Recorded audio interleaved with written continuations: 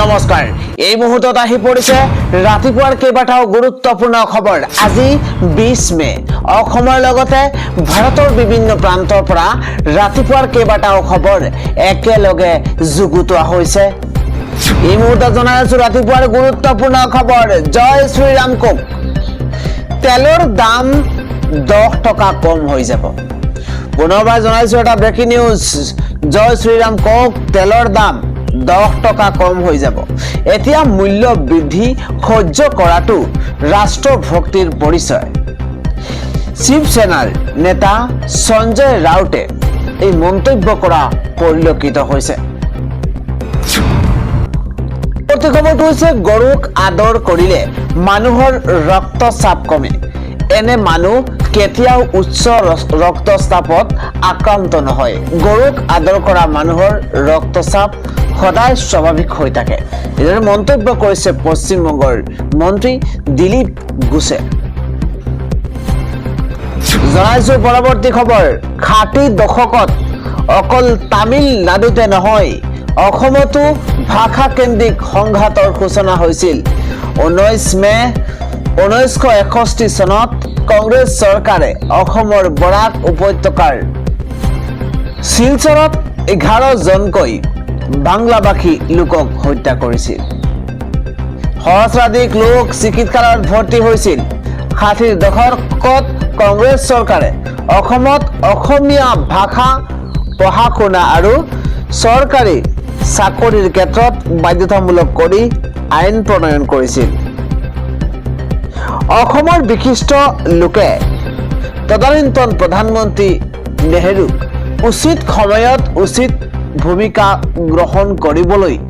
কোৱাৰ পাছত গুৰুত্ব দিয়া হলে শিলচৰত 11 জন লোকৰ মৃত্যু নহয় এদৰে মন্তব্য কৰিছে বিজেপি সাংসদ নিশিকান্ত দুবে পৰৱৰ্তী খবৰটো হৈছে আমেৰিকাৰ ৰাষ্ট্ৰপতি ডনাল্ড ট্ৰাম্প আৰু ইজৰাইলৰ প্ৰধানমন্ত্ৰী বেঞ্জামিন নেতানিয়াহুক হত্যা কৰা সকলক দিব 500 কোটিতকৈও অধিক টকা পুৰস্কাৰ ইৰানৰ সংসদত এই সম্পৰ্কীয় বিধেয়ক উত্থাপনৰ প্ৰস্তুতি ইৰানৰ সংসদত ৰাষ্ট্ৰীয় নিৰাপত্তা আয়োগে প্ৰস্তুত কৰিছে বিধেয়কখন প্ৰতি খবৰটো হৈছে মিছা কথা কৈ মুছলমান মানুহৰ পৰা ভোট লব নোৱাৰে কংগ্ৰেছে অসমত 20-30 বছৰলৈ কংগ্ৰেছ নাহে অসমৰ মুছলমান ৰাইজে এই কথা বুজি পাইছে আগন্তুক নগাঁও লোকসভাৰ উপনিৰ্বাচনত মুছলমান ৰাইজে বিজেপিক ভোট দিব ৰূপহীত এই ডাঙৰ মন্তব্য কৰিছে বিধায়ক পীযুষ হাজৰিকাই মোক প্ৰতিটো দলে মোক গুৰ মাৰি গংগাত পেলালে ৰাখে হৰি মাৰে কোনে মাৰে হৰি ৰাখে কোনে ৰাইজৰ কাৰণে মূল্য বৃদ্ধি ডাঙৰ সমস্যা নহয় তৃণমূল কংগ্ৰেছৰ বিধায়ক শ্বেৰমান আলী আহমেদে এইদৰে মন্তব্য কৰিছে শ্বেৰমান আলী আহমেদে কৈছে প্ৰতিটো দলে মোক গুৰ মাৰি গংগাত পেলালে কিন্তু মাৰে হৰি ৰাখে কোনে আৰু ৰাখে হৰি মাৰে কোনে এইদৰে ৰাইজৰ কাৰণে মূল্য বৃদ্ধি ডাঙৰ সমস্যা নহয় তৃণমূল কংগ্ৰেছৰ বিধায়ক শ্বেৰমান আলী আহমেদে এইদৰে মন্তব্য কৰিছে আন এটা খবৰ হৈছে ঘৰত সহায়ক হিচাপে পুৰুষ মহিলা নিয়োগ কৰিতে আপুনি 10 বাৰ চিন্তা কৰক সাৱধান হওক কিয়নো বন কৰা মহিলাৰ বেশত গুৱাহাটীত ঘূৰিছে ডকাইত দম্পতি আপোনাৰ ঘৰত কাম কৰাৰ বেশত আহিব এইসকল ঘৰত সহায়ক হিচাপে পুৰুষ মহিলা নিয়োগ কৰোঁতে আপুনি 10 বাৰ চিন্তা কৰক ভুৱা নাম ঠিকনাৰে নিয়োগ হোৱাৰ পাছতে সুযোগ লৈ সংগঠিত কৰে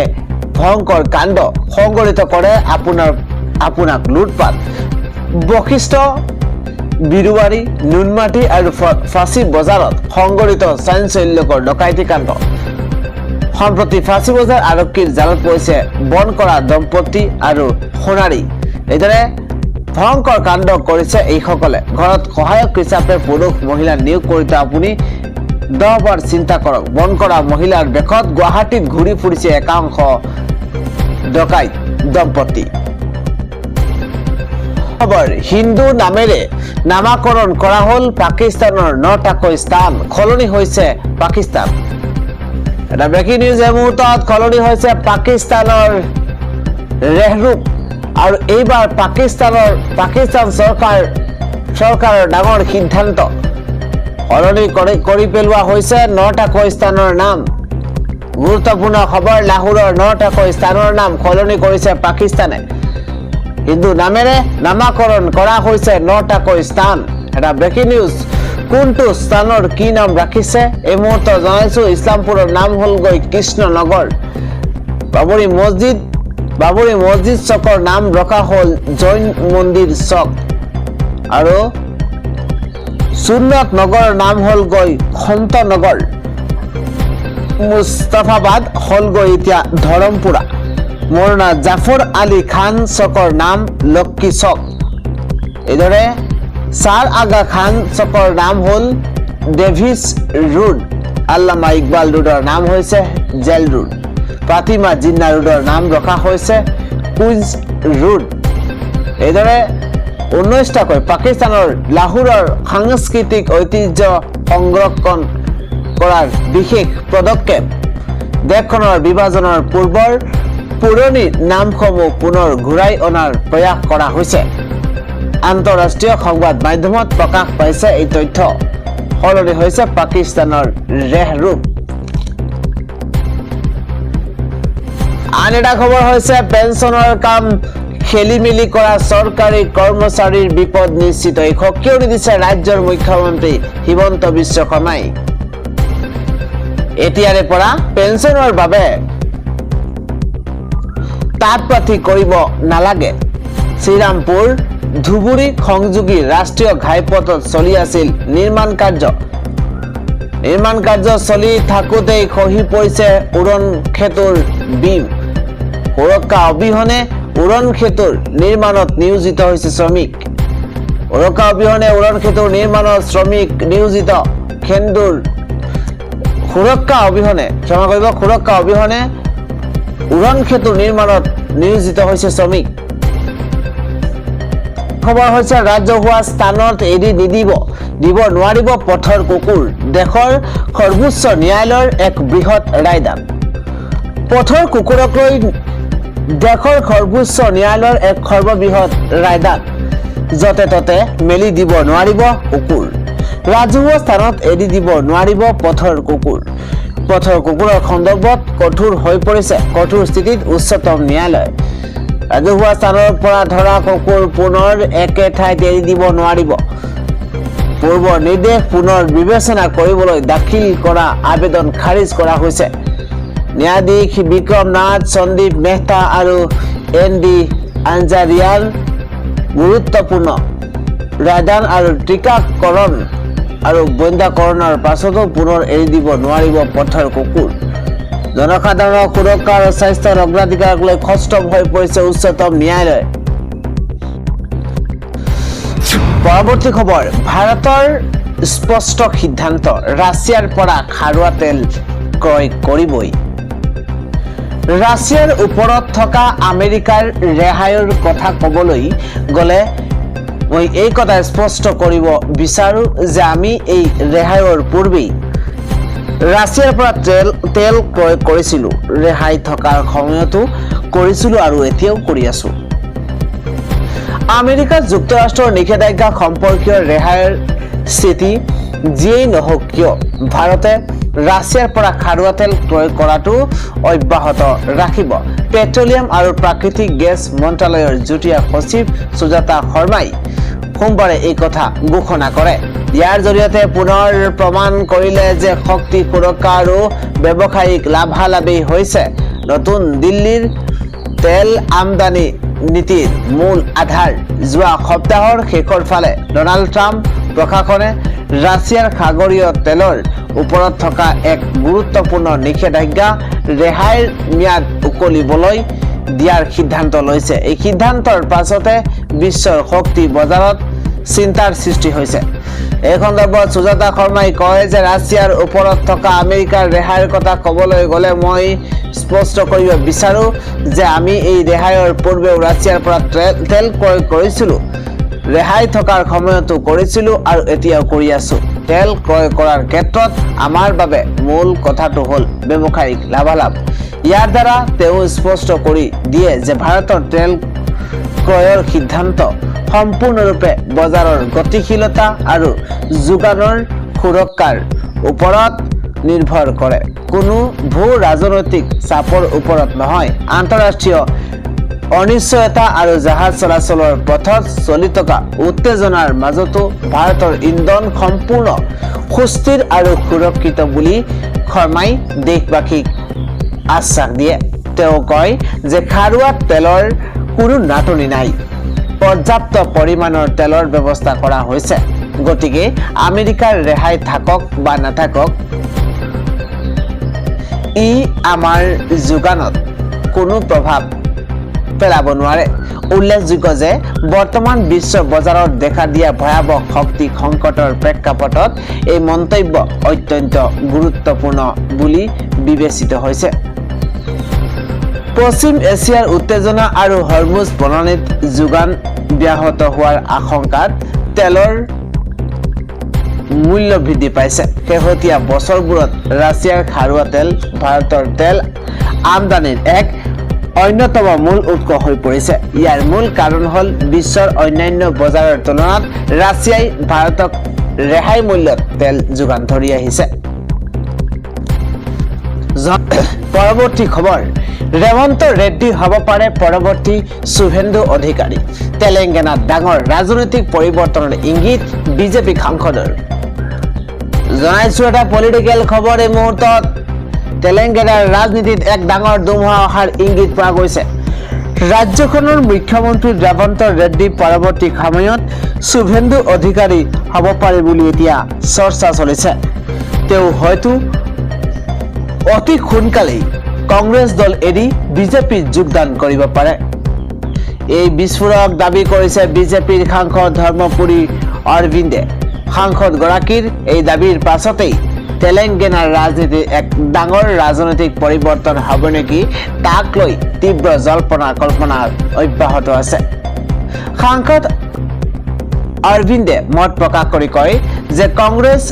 নেতৃত্বই দলৰ জ্যেষ্ঠ আৰু অভিজ্ঞ নেতাসকলক আওকাণ কৰি ৰেৱন্ত ৰেড্ডীক তেলেংগানাৰ মুখ্যমন্ত্ৰী হিচাপে পাতি এক ডাঙৰ ভুল কৰিছে। ইয়াৰ ফলস্বৰূপে আগন্তুক তেলেংগানা বিধানসভা নিৰ্বাচনত কংগ্ৰেছ দলে শোচনীয় পৰাজয়ৰ মুখ দেখিব বুলি তেওঁ দাবী কৰিছে। তেওঁ লগতে কয় যে ইয়াৰ আগতে 1985 আৰু 1994 চনতো কংগ্ৰেছে এনেধৰণৰ ডাঙৰ পৰাজয়ৰ সন্মুখীন হৈছিল। এইবোৰ আগন্তুক নিৰ্বাচনত কংগ্ৰেছ দলৰ একেই ভাগ্য হ'বলৈ গৈ আছে। এই ৰাজনৈতিক উত্তাল পৰিস্থিতিৰ সৃষ্টি হোৱাৰ অলপ দিনৰ পিছতে প্ৰধানমন্ত্ৰী নৰেন্দ্ৰ মোদীয়ে হায়দৰাবাদৰ এক অনুষ্ঠানত অংশগ্ৰহণ কৰিছিল। সেই অনুষ্ঠানত তেলেংগানাৰ মুখ্যমন্ত্ৰী ৰেৱন্ত ৰেড্ডীও উপস্থিত আছিল আৰু সেই সময়তেই মুখ্যমন্ত্ৰীগৰাকীক উদ্দেশ্যি প্ৰধানমন্ত্ৰী নৰেন্দ্ৰ মোদীয়ে মন্তব্য কৰিছিল যে আপুনি যি লক্ষ্যত বা গন্তব্যস্থানত উপনীত হ'বলৈ আশা কৰিছে হয়তো তাত উপনীত হ'ব নোৱাৰিব পাৰে আৰু সেইবাবেই আপুনি মোৰ সৈতে হাত মিলাব লাগে। প্ৰধানমন্ত্ৰী নৰেন্দ্ৰ মোদীৰ এই মন্তব্যৰ পাছতে সমগ্ৰ ৰাজনৈতিক মহলত তীব্ৰ চৰ্চা আৰম্ভ হৈছিল। প্ৰধানমন্ত্ৰীৰ এই মন্তব্যৰ বিষয়ত সোধা প্ৰশ্নৰ উত্তৰত বিজেপি সাংসদ অৰবিন্দে কয় যে তেওঁ কেৱল এজন তৃণমূল পৰ্যায়ৰ সাধাৰণ দলীয় কৰ্মীহে,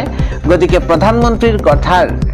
আঁৰৰ প্ৰকৃত অৰ্থ তেওঁ সঠিকভাৱে নাজানে। কিন্তু তেওঁ নিশ্চিতভাৱে অনুভৱ কৰিছে যে তেলেংগানাত অনাগত দিনত কিবা এক ডাঙৰ আৰু গুৰুত্বপূৰ্ণ ৰাজনৈতিক পৰিৱৰ্তন ঘটিবলৈ গৈ আছে। আন এটা খবৰ হৈছে WHOৰ সতৰ্কবাণীৰ পাছতে তৎপৰ হৈ পৰিছে স্বাস্থ্য মন্ত্ৰালয়ে। মধ্য আফ্ৰিকাত ইবোলা ভাইৰাছৰ সংক্ৰমণত মৃত্যুৰ সংখ্যা দ্ৰুতগতিত বৃদ্ধি পাইছে। ভয়ংকৰ এই পৰিস্থিতিক কেন্দ্ৰ কৰি বিশ্ব স্বাস্থ্য সংস্থাই বিশ্বজুৰি সতৰ্কতা জাৰি কৰিছে। ভাৰতত এতিয়ালৈকে এই মাৰাত্মক ভাইৰাছৰ কোনো ঘটনা ধৰা নপৰিলেও আগতীয়াকৈ সতৰ্কতা অৱলম্বন কৰিছে কেন্দ্ৰীয় চৰকাৰে। স্বাস্থ্য মন্ত্ৰালয়ৰ তৰফৰ পৰা তীক্ষ্ণ নজৰ ৰখাৰ লগতে প্ৰস্তুতিমূলক ব্যৱস্থা জোৰদাৰ কৰা হৈছে। একে সময়তেই জনসাধাৰণ আৰু সংবাদ মাধ্যমক এই বিষয়ে কোনো ধৰণৰ উৰা বাতৰি নিবিয়পাবলৈ আহ্বান জনোৱা হৈছে। প্ৰাণঘাতী ইবোলা ভাইৰাছৰ ফলত মধ্য আফ্ৰিকাৰ দেশ DR কংগো আৰু উগাণ্ডাত মৃত্যুৰ সংখ্যা উদ্বেগজনকভাৱে বৃদ্ধি পাইছে। এতিয়ালৈকে এই ভাইৰাছত 120 জনতকৈ অধিক লোকে প্ৰাণ হেৰুৱাইছে বুলি জানিব পৰা গৈছে। আক্ৰান্ত হৈছে কেইবাশ লোক ইতিমধ্যে আক্ৰান্ত হৈছে। এই ইবোলা ভাইৰাছত এক ভয়ংকৰ পৰিস্থিতিৰ গুৰুত্ব উপলব্ধি কৰি বিশ্ব স্বাস্থ্য সংস্থাই জনস্বাস্থ্য জৰুৰী অৱস্থা ঘোষণা কৰিছে। এই পৰিপ্ৰেক্ষিতত ভাৰতত কেন্দ্ৰীয় স্বাস্থ্য মন্ত্ৰালয়ে শীৰ্ষ বিষয়াবৰ্গৰ উপস্থিতিত national centre for disease control integrated disease surveillance programme লগতে ইণ্ডিয়ান কাউন্সিল অফ মেডিকেল ৰিচাৰ্চকে ধৰি সংশ্লিষ্ট বিভাগসমূহৰ সৈতে উচ্চ পৰ্যায়ৰ বৈঠক অনুষ্ঠিত হয়। বৈঠকত পৰিস্থিতিৰ পৰ্যালোচনা কৰি সতৰ্কতামূলক ব্যৱস্থা গ্ৰহণৰ সিদ্ধান্ত লোৱা হৈছে। স্বাস্থ্য মন্ত্ৰালয়ৰ এগৰাকী শীৰ্ষ বিষয়াই জনোৱা মতে ভাৰতত এতিয়ালৈকে এই ভাইৰাছৰ কোনো ঘটনা ধৰা পৰা নাই। জানিব পৰা মতে সতৰ্কতামূলক ব্যৱস্থা স্বৰূপে সন্দেহযুক্ত ৰোগীক তাৎক্ষণিক চিনাক্ত কৰি ব্যৱস্থা গ্ৰহণ কৰা হ'ব আৰু তাৰ বাবে লেবৰেটৰীসমূহ প্ৰস্তুত কৰা হৈছে। বিমান বন্দৰসমূহত এই সন্দৰ্ভত নিৰীক্ষণ বহু পৰিমাণে বৃদ্ধি কৰা হৈছে। সমুদ্ৰ বন্দৰসমূহতো সতৰ্কতা জাৰি কৰা হৈছে। তথ্য অনুসৰি মাৰণ ইবোলা ভাইৰাছত আক্ৰান্ত হলে মাত্ৰ 3 দিনৰ ভিতৰতে ৰোগীৰ মৃত্যু হোৱাৰ পূৰ্ণ সম্ভাৱনা। স্পৰ্শৰ জৰিয়তে বা আক্ৰান্ত ব্যক্তিৰ ওচৰত থাকিলেও এই ভাইৰাছ সংক্ৰমিত হ'ব পাৰে। চৰ্দি কাহ অথবা সংক্ৰমিত জন্তুৰ মাংস খোৱাৰ ফলতো ইবোলা সংক্ৰমণ হ'ব পাৰে, কিন্তু কোনো ক্ষত স্থান, চকু, নাক বা মুখ স্পৰ্শ কৰাৰ জৰিয়তে এই ভাইৰাছ মানুহৰ শৰীৰত প্ৰৱেশ কৰে বুলি ইতিমধ্যে আশংকা প্ৰকাশ কৰা হৈছে।